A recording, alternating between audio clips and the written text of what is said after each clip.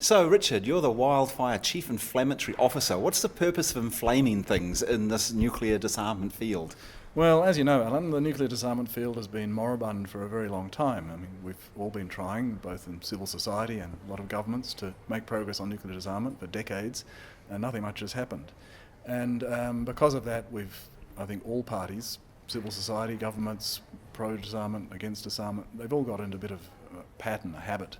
They say the same things, same responses, it's all a kind of ritual dance. So the idea of a chief inflammatory officer on Wildfire is just to break up the pattern and shock people a little bit and startle people and make them take maybe a fresh look at the situation and consider some new ideas. Now, in the interaction here in the open-ended working group, it's supposed to be a bit more free-flowing than in the other UN forums. Do you think that happened? Was there a little bit more interaction and dialogue? Did governments answer some of the challenges you threw at them, or did they just come back with their preset government statements? It varied. I think some did answer. There was some genuine interaction, and not just my questions, but I think governments answered each other's questions to some extent. I think what was a bit concerning was that some of what I'd call the weasel states, that is the states that are in nuclear alliances, like Germany, for example, and Belgium, tended to just keep repeating they read out the same statement several times, and that's really kind of stonewalling and not engaging. It's not helpful to them, I think, or to anybody else. But I think a number of other nuclear alliance states did at least try to engage. I think in the February session, at least, Australia was very positive. They've had to change their approach now because they have an election coming up. But Japan also, I think, has made a genuine effort to try and engage with some of the ideas and questions. So, that's valuable, and I think it's been a very worthwhile and rewarding exercise. Now, the weasel states, as you call them, those under nuclear umbrellas, they have various reasons for why they can't take strong measures on nuclear disarmament, particularly on prohibition measures. They might be able to take little steps on more technical sides, but they say that they still require nuclear weapons for their security, for nuclear deterrence works to protect them. Has this argument been peeled back a little bit through the discussions in the open-ended working group? Was there an examination of how do these nuclear weapons provide security? Is that necessary? Are there other ways? Was that discussed? No, I think what happened in the discussion this week at least was that the weasels were really pushed into more and more extreme positions. And this is very difficult for them, because when in other forums like the NPT and so on, when you have the nuclear weapon states present and participating, the role of the weasels is quite different. They portray themselves as bridge builders, and they're trying to sort of bridge the gap between the nuclear weapon states and the others.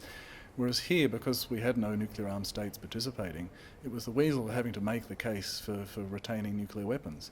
And that's very difficult for them, because they're all non-nuclear weapon states parties to the NPT. Nuclear weapons are already prohibited for them, technically. And but they found themselves, by the way the debate was going, being forced to more and more explicitly say, no, we need nuclear weapons for our security.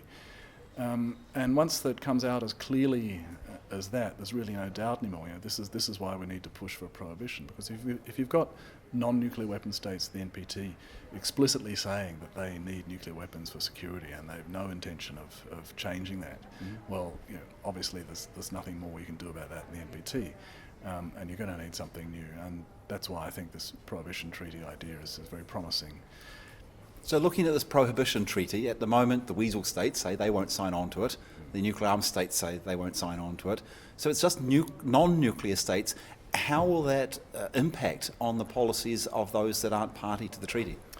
Well, firstly, I don't think it's certain that none of the weasel states will sign on. I think it'll be very difficult for them to, some of them at least. I'm thinking here of countries like Australia and Japan and maybe Germany and the Netherlands. Very difficult for them to stay out of the negotiations. They'll be under a lot of pressure domestically, to explain why they, as proponents of nuclear disarmament and supposedly committed to a nuclear-free world, and they've historically been portray themselves as leaders in the push for disarmament, and then to explain to their public, why they're not participating in these negotiations on a treaty to ban nuclear weapons. That's very difficult, and I think they will probably, some of them at least, will participate in the negotiations and subsequently perhaps join the treaty. there's a lot of variables here. You know, what's in the treaty? What exactly are the provisions, especially those that apply to weasels, such as, for example, military cooperation with nuclear armed states and alliance relationships and so on. Of course, we don't know yet how the treaty would deal with those, and it will probably deal with them differently if the weasels are involved in the negotiation than if they're not. You can imagine there'd be much stronger provisions if they're not there. But how will it affect? What impact will it have? I think we can look there at the previous examples of the Ottawa Landmine Ban Convention and the Convention banning cluster munitions to see that even on states that are not members of the treaty, it really having quite a strong norm. You don't need universal membership, but as long as it's got a good, solid cross-regional membership, say 100 to 140 states parties, it really does start to exert quite a strong influence on the behaviour and thinking of states, even if they're outside the treaty. And I think the best measure of this of the impact or potential impact is the way the nuclear weapon states react to the idea now, and the way the weasels react. If it wouldn't make any difference, why would they care?